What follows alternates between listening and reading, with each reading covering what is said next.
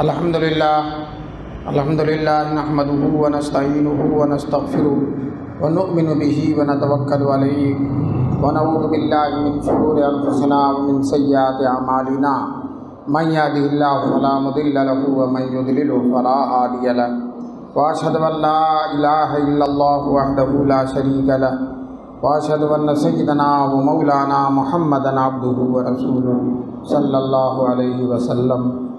اعوذ باللہ من الشیطان الرجیم، بسم اللہ الرحمن الرحیم۔ واتقوا فتنة لا تصیبن الذین ظلموا منکم خاصہ، صدق اللہ العلی العظیم۔ وقال النبی صلی اللہ علیہ وسلم یأتون من بعدی 30 کذابون کلهم یزعم انہ رسول اللہ وانہ لا رسول بعدی، او کما قال النبی صلی اللہ علیہ وسلم۔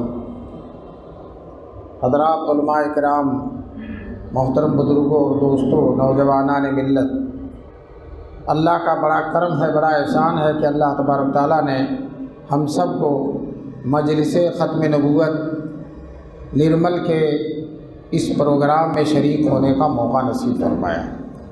جیسا کہ ابھی مولانا نے بتلایا، اطراف و جوانب سے دور دور سے کام کرنے والے حضرات اور علماء تشریف فرما ہیں۔ اللہ تبارک تعالیٰ حضرات کے اس تشریف لانے کو، مل بیٹھنے کو قبول فرمائے۔ رسول پاک صلی اللہ علیہ وسلم نے فرمایا تھا کہ میرے بعد 30 بڑے بڑے جھوٹے پیدا ہوں گے، 30 بڑے بڑے جھوٹے پیدا ہوں گے۔ پتہ چلا کہ نبوت، رسول پاک صلی اللہ علیہ وسلم کی نبوت کے خلاف اگر کوئی نبوت کا دعویٰ کرتا ہے تو وہ جھوٹا ہے، وہ جھوٹا ہے۔ یہ جھوٹ بہت بڑا عیب ہے، اور سب سے زیادہ جھوٹ بولنے والے یہی لوگ ہیں جو نبوت کا دعویٰ کرتے ہیں۔ اس لیے کہ رسول پاک صلی اللہ علیہ وسلم نے فرمایا، میں خاتم النبیین ہوں، میرے بعد کوئی نبی آنے والا نہیں۔ اللہ نے بھی فرمایا، ما کان محمد ابا احد من رجالکم، محمد صلی اللہ علیہ وسلم تم میں سے کسی کے باپ نہیں ہیں، ولکن رسول اللہ و خاتم النبیین، لیکن اللہ کے رسول ہیں اور خاتم النبیین ہیں۔ ہمارے نبی میں اور دوسرے نبی انبیاء علیہم السلام میں فرق یہ ہے، وہ رسول تھے، نبی تھے، لیکن خاتم النبیین نہیں تھے۔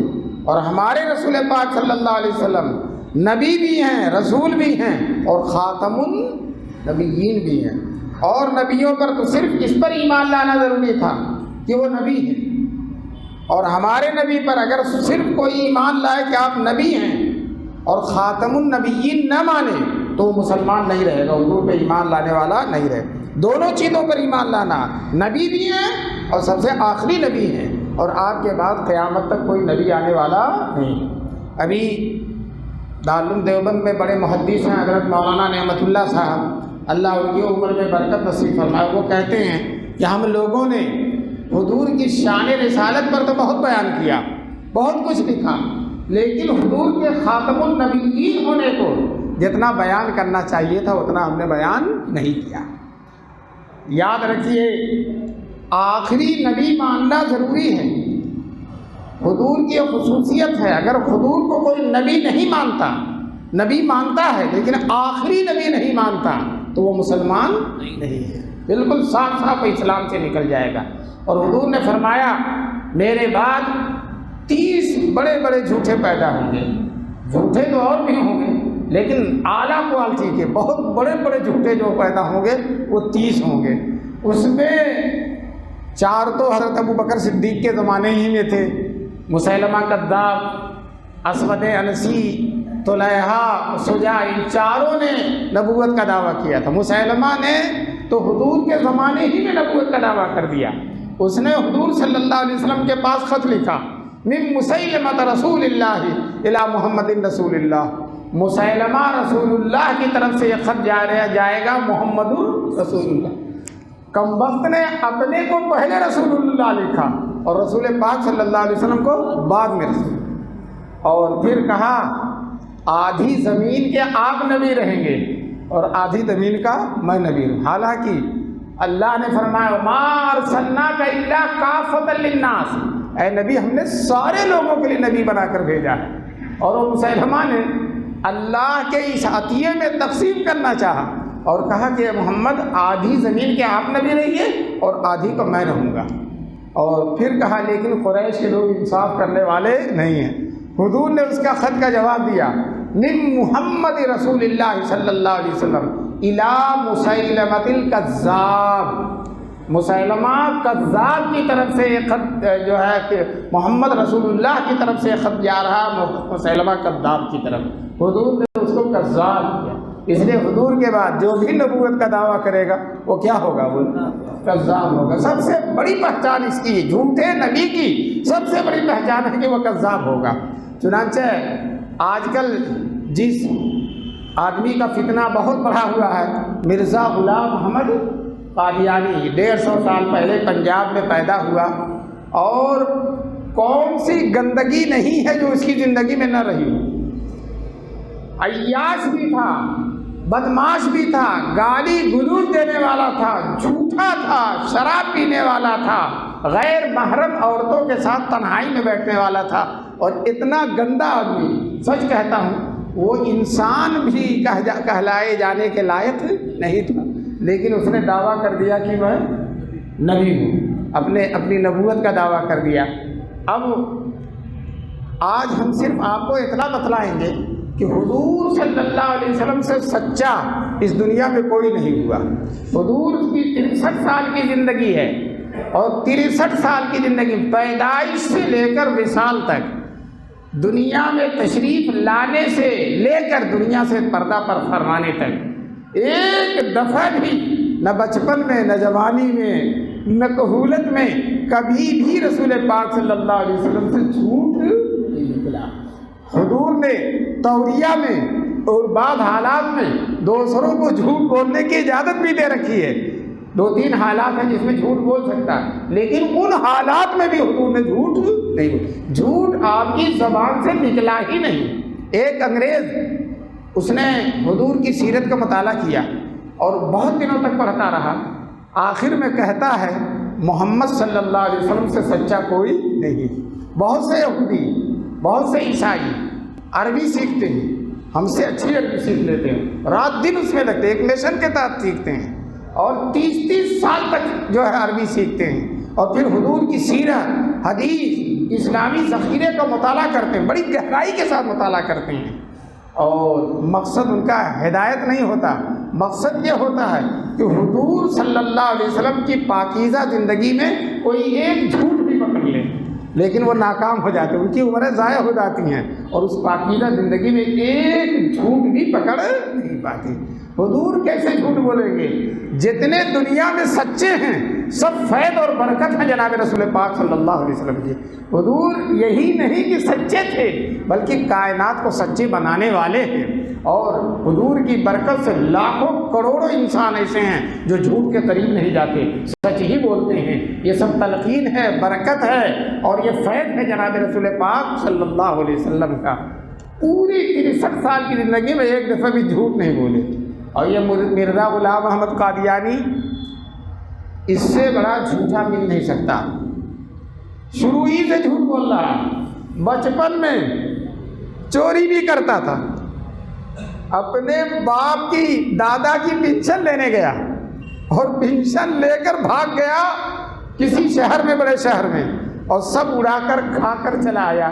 بتاؤ، جو حرام کھانے کا شروع سے عادی رہا ہو، دغا بازی کا عادی رہا ہو، جھوٹ کا عادی رہا ہو، وہ شخص نبی ہو سکتا ہے؟ ہرگز نبی نہیں ہو سکتا۔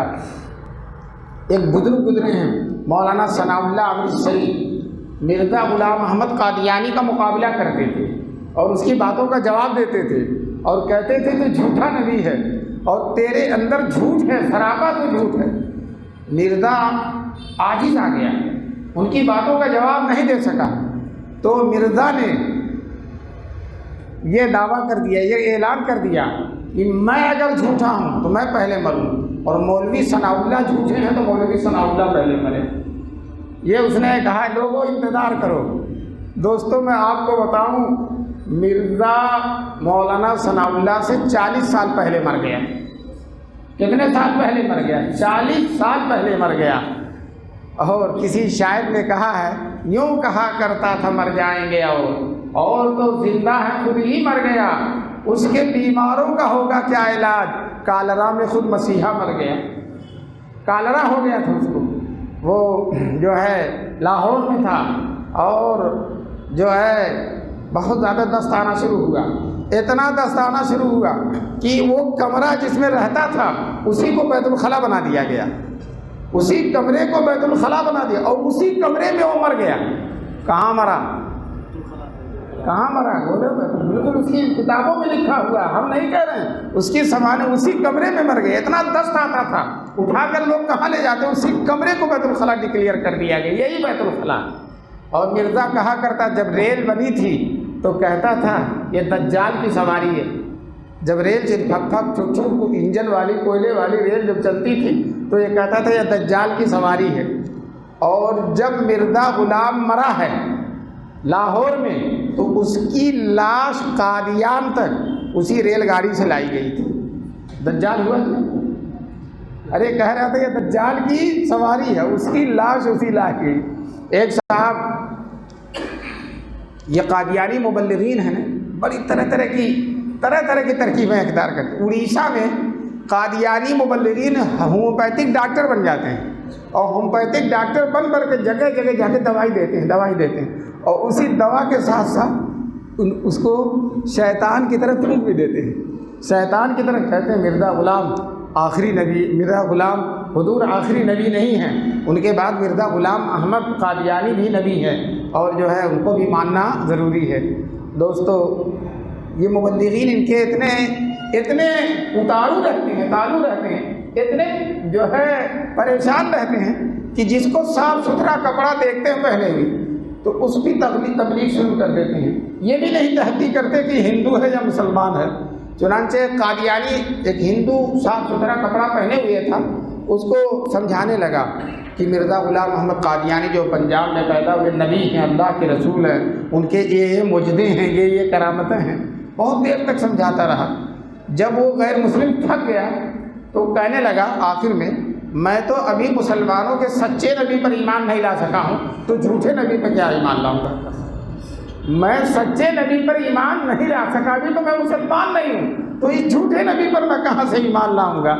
دوستو، اس نے اتنا جھوٹ بولا، اس کی جھوٹ کی انتہا نہیں۔ ایک پنڈت آتھم تھا، اور وہ مرزا سے عیسائی تھا، اور مرزا سے مناظرہ کرتا تھا، تو مرزا نے کہہ دیا یہ آتھم جھوٹا ہے، یہ مجھ سے پہلے مر جائے گا۔ اور دوستو، آتھم تو نہیں مرا، مرزا ہی مر گیا۔ تو جتنی پیشین گوئی ہمارے حضور صلی اللہ علیہ وسلم کی جتنی پیشین گوئی ہے، سب حرف بحرف صادق آ رہی ہے، قیامت تک صادق آئے گی۔ جو کچھ حضور نے فرما دیا وہ بالکل سچ ہوگا۔ اور مرزا نے بھی آو دیکھا نہ تاو دیکھا، اس نے بھی پیشین گوئی شروع کر دی، اور اس کی ساری پیشین گوئیاں جھوٹی۔ مولانا ثناء اللہ کے بارے میں کہا وہ مر جائیں گے مجھ سے پہلے، نہیں مرے۔ پنڈت آتھم کے بارے میں کہا یہ مر جائے گا، نہیں مرا۔ دوستو، جس کی پیشین گوئیاں جھوٹی ہوں، جو جھوٹ بولتا ہو، وہ نبی ہو سکتا ہے؟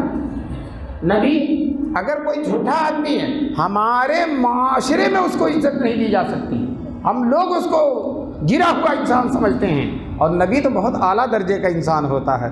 ایک صاحب کو مرزا صاحب سے نرمل میں بھی آتے ہیں تبلیغ کرنے والے، اور جو ہے جاہل لوگوں کو سمجھاتے ہیں۔ ایک صاحب کو سمجھایا کہ مرزا بہت اچھے آدمی تھے، نبی ہیں، فلاں ہیں۔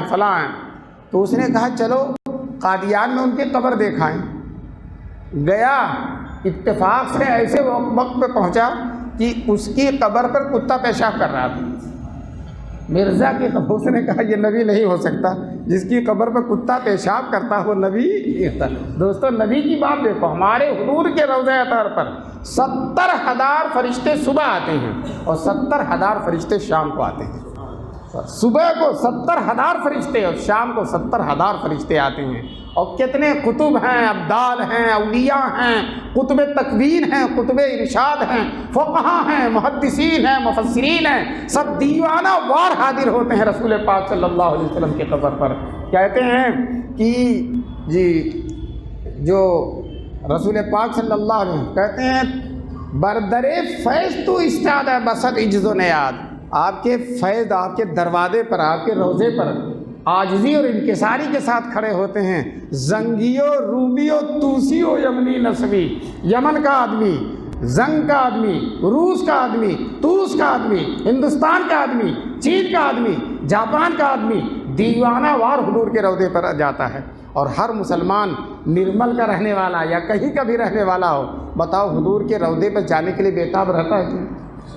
کہتا ہے دکھا دے یا الہی وہ مدینہ کیسی بستی ہے جہاں پہ رات دن مولا تیری رحمت برستی ہے۔ کہتا مدینہ جاؤں پھر آؤں، مدینہ پھر جاؤں، تمام عمر اسی میں تمام ہو جائے۔ پھر کہتا ہے بلا لو جلد مدینہ کہ ہے امیر کو خوف کہیں نہ عمر دو روزہ تمام ہو جائے۔ جنید بھی آتے ہیں، بایزید بستامی بھی آتے ہیں، امام مالک بھی آتے ہیں، امام ابو حنیفہ بھی آتے ہیں، ابن عمر بھی آتے ہیں، خواجہ معین الدین چشتی اجمیری بھی آتے ہیں، نظام الدین اولیاء اور جتنے بھی بڑے بڑے مشائخ ہیں سب دیوانہ وار حضور کے روضے پر جانے کی تمنا رکھتے ہیں۔ اور مرزا کی قبر پر، مرزا کی قبر پہ بولو کتا پیشہ، یہ ایسا آدمی، میں حیرت میں ہوں کہ اس طرح کے آدمی کو لوگ نبی ماننے کے لیے تیار ہیں۔ ایسی جو ہے خراب زندگی ہے، ایسی مردہ بوڑھا ہو گیا 50 سال کا، شوگر کا مریض ہے اور جو ہے طرح طرح کی بیماریاں ہیں، اور کہتا ہے ایک نئی عورت بالکل بچی محمدی بیگم، اس سے اس نے نکاح کا پیغام دے دیا، اس سے نکاح کا پیغام دے دیا، اور اس کے گھر والے، اس کے والد راضی نہیں ہوئے تو مرزا نے دھمکی دینا شروع، کہنے لگا وہی آئی ہے پھر، لوگ بیچ میں اللہ کو بھی ڈال دیا، بیچ میں کہنے لگا وہی آئی ہے، یہ نکاح ہو کر رہے گا، اور مجھ پر بہت ساری آیتیں اتری ہیں، اس نکاح کو آسمان پر اللہ نے پڑھا دیا، اور اگر یہ نکاح نہیں ہوگا تو نکاح کے 2.5 سال کے بعد جس دوسرے سے نکاح ہوگا وہ مر جائے گا، 3 سال کے بعد لڑکی کا باپ مر جائے گا، اور پھر یہ لڑکی بیوہ ہو کر میرے نکاح میں آئے گی، پھر بیوہ ہو کر میرے نکاح، اور اگر یہ نہیں آئی تو اس کی لڑکی میرے نکاح میں آئے گی۔ دوستو اس طرح سے دیوانہ ہو گیا، مفلوج ہو گیا، عقل خراب ہو گئی اس کی۔ اور میں آپ کو بتا دوں نہ وہ عورت اس کے نکاح میں آئی، نہ اس کی بیٹی آئی، نہ اس کی پوتی آئی، نہ اس کی خاندان کا کوئی آیا، اور وہ جو جس سے سلطان صاحب سے جس سے نکاح ہوا تھا مرزا سلطان سے، وہ اس کی بیوی رہی بہت دنوں تک، وہ بھی نہیں مرا اور اس کا باپ بھی نہیں مرا، بلکہ مرزا ہی مر گیا، بلکہ مرزا ہی مر گیا۔ بتاؤ ایسا جھوٹ بولنے والا، ایسا غلط مزاج رکھنے والا، غلط سیرت رکھنے والا، غلط اخلاق رکھنے والا کتنا بیوقوف ہے کوئی انسان جو اس طرح کے آدمی کو نبی مانتا ہے۔ میں کہتا ہوں یہ آدمی بھی جو مرزا غلام کو نبی مانتا ہے، وہ آدمی بھی عقل والوں میں اس کا شمار نہیں ہو سکتا، بے عقل لوگوں میں، ایسے لوگ جن کی عقل انسانوں کی عقل نہیں ہوتی ہے، حیوانوں کی عقل ہوتی ہے۔ میں تو یہ سمجھتا ہوں کہ کتا بھی اس کو نبی ماننے کے لیے تیار نہیں، اگر نبی ماننے کے لیے تیار ہوتا تو پیشاب کرتا، اگر کتا نبی ماننے کے لیے تیار ہوتا تو پیشاب کرتا۔ بہرحال میں نرمل کے مسلمانوں سے کہتا ہوں کہ ایسا خراب آدمی، اس کو بھی کچھ لوگ نبی کہتے ہیں اور کچھ لوگ اس کو ماننے والے ہو گئے ہیں، اور یہ فتنہ بڑی تیزی کے ساتھ پھیل رہا ہے۔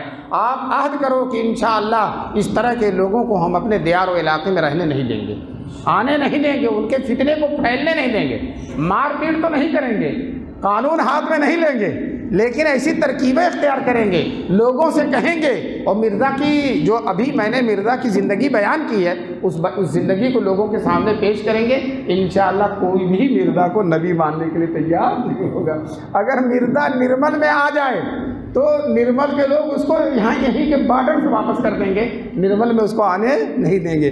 ایسا گندا آدمی ہمارے شہر میں، ہمارے علاقے میں آنے کے لائق نہیں ہے۔ اور اسی طرح سے صرف مرزا ہی کا فتنہ نہیں، دن بدن فتنے۔ یہ شکیل ابن حنیف، یہ بہار کا رہنے والا اور بالکل ان پڑھ آدمی، کچھ نہیں جانتا، اور اس نے دعویٰ کر دیا کہ میں مہدی ہوں، حالانکہ مہدی وہ ہیں جن کے بارے میں رسول پاک نے صلی اللہ علیہ وسلم نے فرمایا وہ میری خاندان کے ہوں، حضور نے کہا میری خاندان کے ہوں گے، فاطمہ کی اولاد میں سے ہوں گے، حضرت حسن کے نسل سے ہوں گے، اور یہ نہ حضور کی خاندان کا ہے، نہ فاطمہ کی نسل کا ہے، نہ حضرت حسن کی نسل کا ہے، اور یہ کہیں دور دراز کا رہنے والا ہے۔ مہدی جو ہے ان کے اندر علم بہت ہوگا۔ اللہ تعالیٰ حضور فرماتے ہیں کہ ایک رات میں اللہ تعالیٰ ان کے سینے کو علوم سے بھر دے گا۔ وہ مدینے میں ہوں گے، بادشاہ کا انتقال ہوگا اور لوگ ان کو جو ہے خلیفہ بنانا چاہیں گے، اپنا امام منتخب کرنا چاہیں گے، لیکن وہ بھاگیں گے، چنانچہ بھاگ کر مکے سے مدینے آ جائیں گے، لیکن تلاش کرنے والے مدینے پہنچ جائیں گے، اور مدینے پہنچیں گے اور وہ طواف کر رہے ہوں گے، رکن یمانی اور مقامی ابراہیم کے بیچ میں لوگ ان کے ہاتھ پر زبردستی بیعت کریں گے۔ وہ بیعت نہیں ہونا چاہیں گے، زبردستی بیعت کریں گے، اور ان کو اپنا جب وہ بیعت ہو جائیں گے اور لوگ ان سے بیعت کر لیں گے، وہ امام ہو جائیں گے، تو پھر دنیا بھر کے مسلمان جا کر ان کے ہاتھ پر بیعت کریں گے۔ اللہ تعالی ہم سب کو بھی توفیق نصیب فرمائے، وہ آئیں تو ہم ہر حال میں جائیں گے، نہیں پیسہ ہوگا گھر بیچ کر جائیں گے، اور ان کے ہاتھ پر انشاءاللہ بیعت کریں گے۔ ان کی بشارت دی ہے رسول پاک صلی اللہ علیہ وسلم نے۔ رجل من اہل المدینہ، حضور نے فرمایا مدینے کے رہنے والے ہیں، ان کا نام میرا نام ہوگا، ان کے باپ کا نام میرے باپ کا نام ہوگا، اور حضور کا نام محمد ہے تو مہدی کا نام بھی محمد ہوگا، اور حضور کے باپ کا نام عبداللہ ہے تو مہدی کے باپ کا بھی نام کیا ہوگا؟ عبداللہ۔ اور یہ شکیل ابن حنیف آنکھوں میں دھول جھونکتا، وہ کہتا ہے میرا نام بھی محمد ہے، اس لیے کہ میرا نام محمد شکیل ہے۔ حالانکہ محمد تو سرنیم ہوتا ہے، ہر آدمی اصل نام محمد نہیں مانا جائے، اصل نام کیا اس کا؟ شکیل۔ اب اس طرح سے محمد بن گیا۔ اب عبداللہ کے اس کے باپ کا نام تو حنیف ہے، اس لیے ہم کہتے ہیں شکیل ابن حنیف، کہتا ہے باپ سے مراد اوپر کوئی بھی، تو حضور کے باپ پر دادا ابراہیم تھے اور ان کا لقب حنیف تھا، تو وہی مراد ہے، وہی حنیف۔ اور میرا باپ، حضور کے باپ بھی حنیف تھے، اور میرا باپ بھی کیا ہے بولو؟ حنیف ہے۔ اس طرح سے حنیف بن گیا۔ بتاؤ اتنا جھوٹا آدمی، اتنا شاطر آدمی، اتنا مکار آدمی، ساری دنیا کے مسلمان اس کے ہاتھ پر جا کر بیعت کریں گے۔ مسلمانوں بتاؤ کہاں اس کے ہاتھ پر بیعت کریں گے؟ جلدی بولیے۔ ارے مکے میں کریں گے نا، جا کر حرم میں اس کے ہاتھ پہ بیعت کریں گے، اور یہ تو حرم گیا ہی نہیں ہے، اورنگ آباد میں اپنے آشرم میں رہتا ہے، اس کا مہدی سے کوئی لینا دینا نہیں ہے۔ اور یہی نہیں، کہتا میں عیسیٰ بھی ہوں۔ مہدی ہوتے ہوتے کیا بن گیا؟ عیسیٰ بن گیا۔ کہا جاتا ہے عیسیٰ علیہ السلام تو آسمان سے اتریں گے، تو وہ کہتا ہے کہ میں بھی دربھنگا سے آ کر ٹرین سے اترا تھا دلی میں، دربھنگا سے آ کر ٹرین، بتاؤ کہاں آسمان سے؟ کہتا بخاری مسلم میں آسمان کا تذکرہ نہیں ہے، اتریں گے تو اتریں گے تو کہیں سے اتریں گے؟ تو ٹرین سے اتریں گے۔ اگر ٹرین سے اترنا معیار ہو تو مسلمان ہی نہیں، ہندو بھی ٹرین سے اترتے ہیں، سکھ بھی اترتے ہیں، عیسائی بھی اترتے ہیں، یہ کوئی معیار نہیں۔ اس طرح سے جھوٹ اور مکار آدمی۔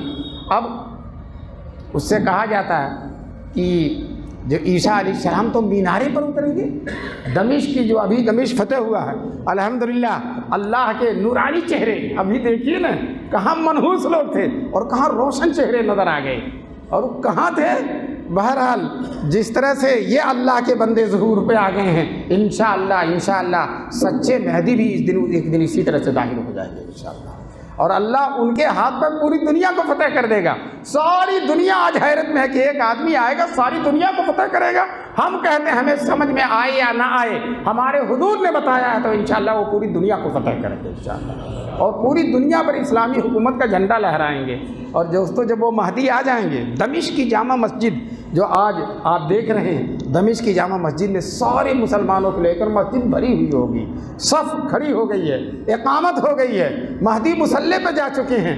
اتنے میں کسی کی نظر آسمان کی طرف جائے گی تو دیکھے گا آسمان سے کوئی نورانی چیز اتری چلی جا رہی ہے، کوئی روشن تابناک چیز اتری چلی جا رہی ہے۔ سارے مسلمان ٹکٹکی لگائے ہوئے ادھر دیکھیں گے، اور دو فرشتوں کے پروں پر ہاتھ رکھ کر آسمان سے، چوتھے آسمان سے حضرت عیسیٰ، حدیث میں متواتر حدیث ہے، حضور فرماتے ہیں کہ لَيَنزِلَنَّ فِيكُمْ ابن مریم، اے مسلمانوں تم پر ابن مریم اتریں گے۔ چنانچہ فرشتوں کے بندو اتنے حسین حدیثوں میں آتا ایسے اگر کریں گے جیسے لگتا ہے موتیاں گر رہی ہیں، بال ایسے خوبصورت ہوں گے جیسے ابھی نہا کر آئیں، ایسے کریں گے دیوار پر چمک پڑ جائے گی، اتنے حسین۔ فرشتے مینارے پر چھوڑ کر چلے جائیں گے، مسلمان سیڑھی لگا کر ان کو مینارے سے اتاریں گے اور وہ آ کر صف میں لگ جائیں گے، اور مہدی پیچھے ہٹیں گے، وہ مصلی پہ جا چکے ہیں، عیسیٰ علیہ السلام کہیں گے نہیں یہ نماز آپ ہی پڑھائیے، چنانچہ پھر مہدی نماز پڑھائیں گے، اور دجال جامع دمشق کے باہر اپنے لشکر کے ساتھ کھڑا ہے مسلمانوں پر حملہ کرنے کے لیے، اسے یہ نہیں پتہ ہے کہ عیسیٰ بھی آ چکے ہیں، وہ صرف جانتا ہے کہ اندر مہدی ہیں اور مہدی کے معنی ہوا اسی اندر عیسیٰ علیہ السلام آ جائیں گے، اور دجال عیسیٰ کو دیکھ کے جب یہ لوگ دروازہ کھول کر باہر نکلیں گے اور دجال دیکھے گا کہ عیسیٰ بھی موجود ہیں، اتنا ڈرے گا اتنا ڈرے گا اتنا ڈرے گا، وہاں سے بھاگتا بھاگتا بھاگتا دمشق سے بھاگتا بھاگتا آج جہاں اسرائیل ہے لد ہے وہاں پہنچ جائے گا، اور عیسیٰ علیہ السلام اور مہدی اور پورے مسلمانوں کے لشکر اس کو وہاں دوڑا کے لے جائیں گے۔ اور حدیثوں میں آتا ہے حضور نے فرمایا ہے کہ جب عیسیٰ علیہ السلام کا سامنا ہوگا، دجال عیسیٰ علیہ السلام کے سامنے آئے، اتنا ڈرے گا کہ گھلنے لگے گا، جس طرح سے نمک پانی میں گھلتا اسی طرح سے دجال گھلنے لگے گا۔ اگر حضرت عیسیٰ اس کو یوں ہی چھوڑ دیں تو عیسیٰ کے جلال کی وجہ سے، عیسیٰ علیہ السلام کے جلال کی وجہ سے وہ کھل کر ختم ہو جائے گا، لیکن عیسیٰ علیہ السلام اپنے نیزے سے اس کو قتل کر دیں گے دجال کو۔ دوستو یہ تو ہے تفصیل۔ اب شکیل ابن حنیف کہاں عیسیٰ؟ وہ کہتا میں عیسیٰ ہوں، عیسیٰ مینارے سے اتر رہے ہیں۔ لوگوں نے کہا تو کہاں سے اترا؟ تو کہتا میں ٹرین سے اترا۔ اور ایک حدیث ہے وہ سناتا ہے لل مہدی الا عیسیٰ ابن مریم، مہدی جو ہیں وہی عیسیٰ ابن مریم ہیں، یعنی جو مہدی ہیں وہی عیسیٰ ابن مریم، تو میں مہدی بھی ہوں اور میں عیسیٰ ابن مریم بھی ہوں۔ حالانکہ حدیث ضعیف حدیث ہے، سارے علماء کہتے ہیں ماننے کے لائق حدیث نہیں۔ جب لوگوں نے انکار کر دیا تو شکیل ابن حنیف نے اپنے ایک مرید سے کہا تو خواب دیکھ لے، یہ حدیث صحیح ہے۔ چنانچہ ایک مرید رات میں سوتا ہے اور صبح اٹھ کر کہتا ہے میں نے رسول اللہ صلی اللہ علیہ وسلم کو خواب میں دیکھا، حضور فرما رہے ہیں لل مہدی الا عیسیٰ ابن مریم والی حدیث صحیح ہے، لیکن میری امت کے لوگ اس کو مان نہیں رہے۔ دوستو اگر اسی طرح سے حدیث صحیح ہو جائے تو امام بخاری، امام ترمذی، ابن حجر، ذہبی، بیہقی کی کیا ضرورت ہے؟ بس خواب دیکھ لو اور حدیث صحیح ہے ضعیف ہے معلوم ہو جائے۔ دوستو یہ خراب لوگ ہیں۔ آخر میں آپ کو بتا دوں، آج کل ہمارا نوجوان بہت دیکھ رہا ہے، بہت اس کا فالوور بن گیا ہے۔ کون؟ محمد علی انجینئر، محمد علی انجینئر۔ میں ایک سوال کرنا چاہتا ہوں، دین انجینئر سے سیکھا جائے گا یا دین علماء سے سیکھا جائے گا؟ نہ کتابوں سے، نہ بازوں سے، نہ زر سے پیدا، دین ہوتا ہے بزرگوں کی نظر سے پیدا۔ اب اگر محمد علی انجینئر سے آپ دین سیکھو گے، اس سے دین سیکھو گے تو یہ یہی کہے گا بے وضو بھی نماز پڑھ سکتے ہیں، اگر چانس نہ ملے وضو کرنے کا تو یوں بھی نماز پڑھ لو۔ اصل نماز ہے، وضو تو ذریعہ ہے، وہ ذریعہ ہو یا نہ ہو بے وضو ہی نماز پڑھ لو۔ دوستو اگر اسی انجینئر سے آپ دین سیکھیں گے تو آپ کا دین ایسے ہی برباد ہوگا جیسا کہ ایک اناڑی حکیم تھا، قبرستان پر جاتا تھا تو پردہ کر لیتا تھا۔ لوگوں نے کہا پردہ کیوں کرتے ہو؟ کہنا مردوں سے شرم آ رہی ہے، یہ سب میری دوا کھا کھا کے مرے، یہ سارے کے سارے میری دوا کھا کھا کے مرے ہیں۔ تو اسی طرح سے محمد علی انجینئر کی اگر سنو گے تو تمہارا ایمان ایسے ہی برباد ہوگا جس طرح سے اس اناڑی حکیم کا علاج کرنے والوں کا جان برباد ہو گئی، اس کی جان برباد ہو گئی، تمہارا ایمان اسی طرح سے برباد ہوگا۔ اس طرح کے لوگوں سے دین نہیں سیکھنا ہے، یہ نہایت ہی فالتو قسم کے لوگ ہیں۔ بتاؤ صحابہ پہ یہ تنقید کرتے ہیں، حضرت معاویہ پہ یہ تنقید کا، چاروں اماموں پر یہ تنقید کرتا اور رات دن علماء دیوبند کو گالی دیتا، اور میں جو سچ کہتا ہوں، جو علماء دیوبند کو برا بھلا کہے گا وہ کبھی حق پر ہو ہی نہیں سکتا۔ جس طرح سے صحابہ معیار ہیں، آج اس گئے گزرے زمانے میں الحمدللہ حق کی شناخت اور پہچان اور معرفت کا معیار ہے علماء دیوبند۔ علماء دیوبند معیار ہیں۔ دوستو جو علماء دیوبند کو برا بھلا کہتا ہے وہ کسی بھی حال میں صحیح مسلمان ہو ہی نہیں سکتا، چاہے جائے کہ ہم اس سے دین سیکھیں۔ اس سے اگر گالیاں سیکھنا ہو تو سیکھ لو، اس سے گمراہی سیکھنا ہو تو سیکھ لو، ناجائز چیز پسند ہے تو اس سے سیکھ لو۔ میں اپنے نوجوانوں سے دست بستہ درخواست کرتا ہوں کہ کبھی بھی اس کا بیان نہ سنیں، اس کا بیان نہ سنیں۔ اور جب علماء حق آتے ہیں تو پیچھے چلا جاتا۔ طارق مسعود آئے کہ چل آ کے بحث کر لے، جہاں وقت متعین ہو وہاں پہنچ گئے، اور وہ گھر سے نکلا نہیں، بالکل اس طرح سے غائب ہو گیا جس طرح سے گدھے کے سر سے کیا غائب ہوتی ہے؟ سینگ غائب ہوتی ہے۔ تو یہ لوگ اس لائق ہیں کہ ان سے دین سیکھا جائے؟ ہرگز یہ دین سیکھنے کے لائق نہیں ہے۔ نوجوانوں طے کرو کہ انشاءاللہ دین مولویوں سے سیکھیں گے، مفتیوں سے سیکھیں گے، علماء سے سیکھیں گے، علماء دیوبند سے سیکھیں گے۔ اللہ تبارک تعالی ہم سب کو علماء دیوبند سے محبت کرنے اور ان کے نقش قدم پر چلنے کی توفیق فرمائے۔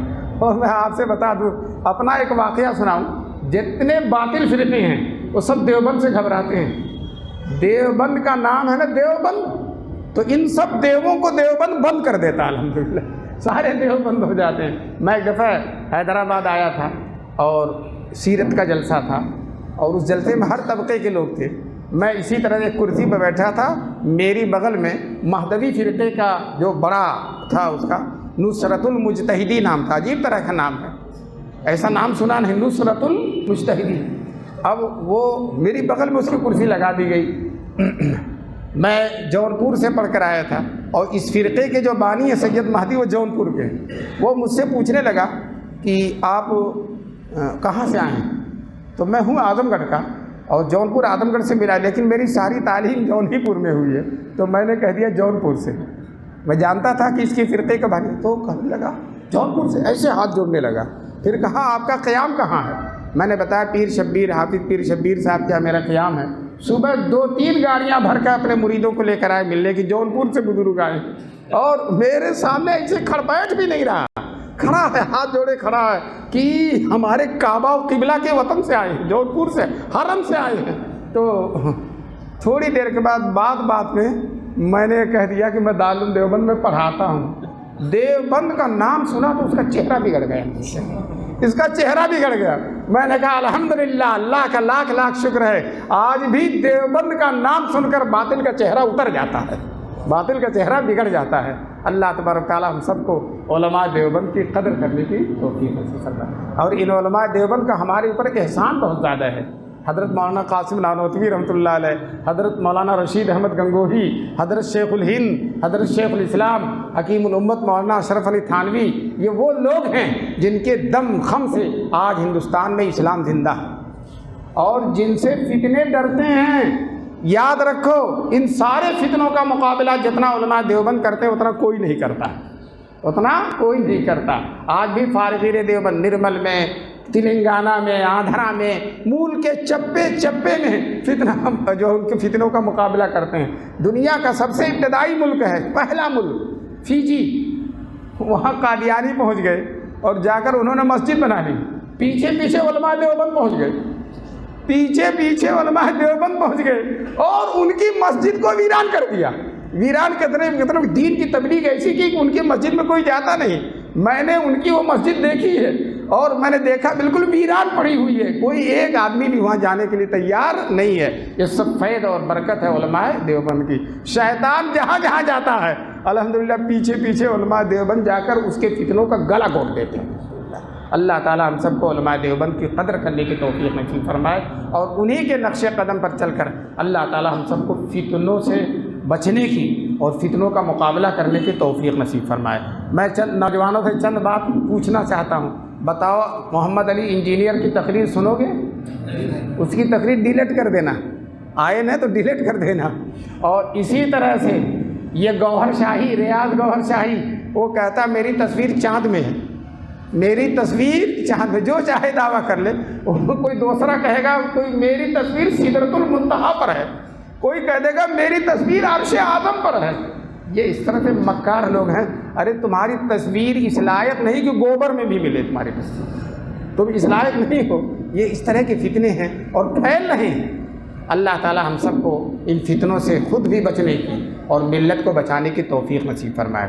میں مجلس تحفظ ختم نبوت نرمل کے کارکنان کو، ذمہ داروں کو بہت مبارکبادی دیتا ہوں کہ آپ ماشاءاللہ اچھا کام کر رہے ہیں، اور اس کے ساتھ ساتھ فتنوں سے بچاتے ہی ہیں، اس کے ساتھ مصیبتوں سے بھی بچاتے ہیں، رفاہی کام بھی کرتے ہیں، رہاب بھی تقسیم کر دیتے ہیں، کھانا بھی تقسیم کر دیتے ہیں، یہ سب ہے۔ لیکن یہ دوسرے نمبر پر ہے، اور ایمان کی حفاظت پہلے نمبر پر ہے۔ پہلے اس کو کرنا ہے کہ ان فتنوں کے زد میں ہمارے مسلمان نہ آنے پائیں انشاءاللہ، اور نوجوان بیدار رہیں اور اللہ سے دعا کریں۔ بتاؤ حضور صلی اللہ علیہ وسلم سے زیادہ پاکیزہ، لیکن حضور دعا کرتے ہیں اے اللہ مجھے دجال کے فتنے سے بچا۔ حضور دعا کرتے ہیں کہ مجھے دجال کے فتنے سے بچا، حالانکہ دجال عیسیٰ سے اتنا ڈرتا ہے تو حضور سے کتنا ڈرتا ہوگا، لیکن اس کے باوجود حضور دعا کرتے ہیں کہ اللہ مجھے دجال کے فتنے سے بچا۔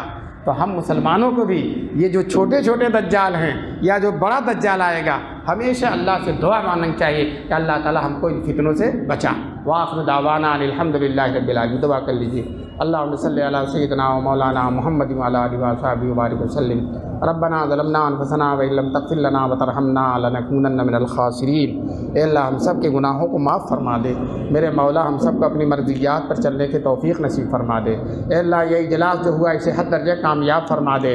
اے اللہ ہر طرح کے شر سے، چاہے وہ شکیلیت کا فتنہ ہو، فیاض خاں کا فتنہ ہو، صدیق دیندار کا فتنہ ہو، ریاض شاہی گوہر کا فتنہ ہو، قادیانیوں کا فتنہ ہو، شکیلیوں کا فتنہ ہو، اے اللہ ہر فتنے سے ہم سب کو بچنے کی اور امت کو بچانے کی توفیق نصیب فرما۔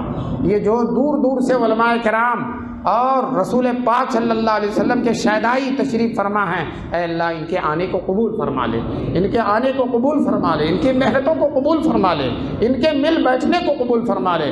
مولانا مصدق صاحب جو ماشاء اللہ ہر جگہ بڑی تگ و دو کے ساتھ، بڑی بیدار مغزی کے ساتھ خدمات انجام دے رہے ہیں، اے اللہ ان کی عمر میں صحت میں برکت نصیب فرما، اور یہاں کے مسلمانوں کی سرپرستی کر رہے ہیں، اے اللہ ان کی سرپرستی میں یہاں کے سارے لوگوں کو دین کی خدمت اور فتنوں سے بچنے کی توفیق نصیب فرما، اور فتنوں سے بچنے کی ہر تدبیر کرنے کی توفیق نصیب فرما۔ اے اللہ اپنے رسول پاک صلی اللہ علیہ وسلم کی برکت سے، صدیقین، شہداء اور صالحین کی برکت سے ہماری دعا قبول فرما لے۔ سبحان ربک رب العزت عما یصفون وسلام علی المرسلین والحمد للہ۔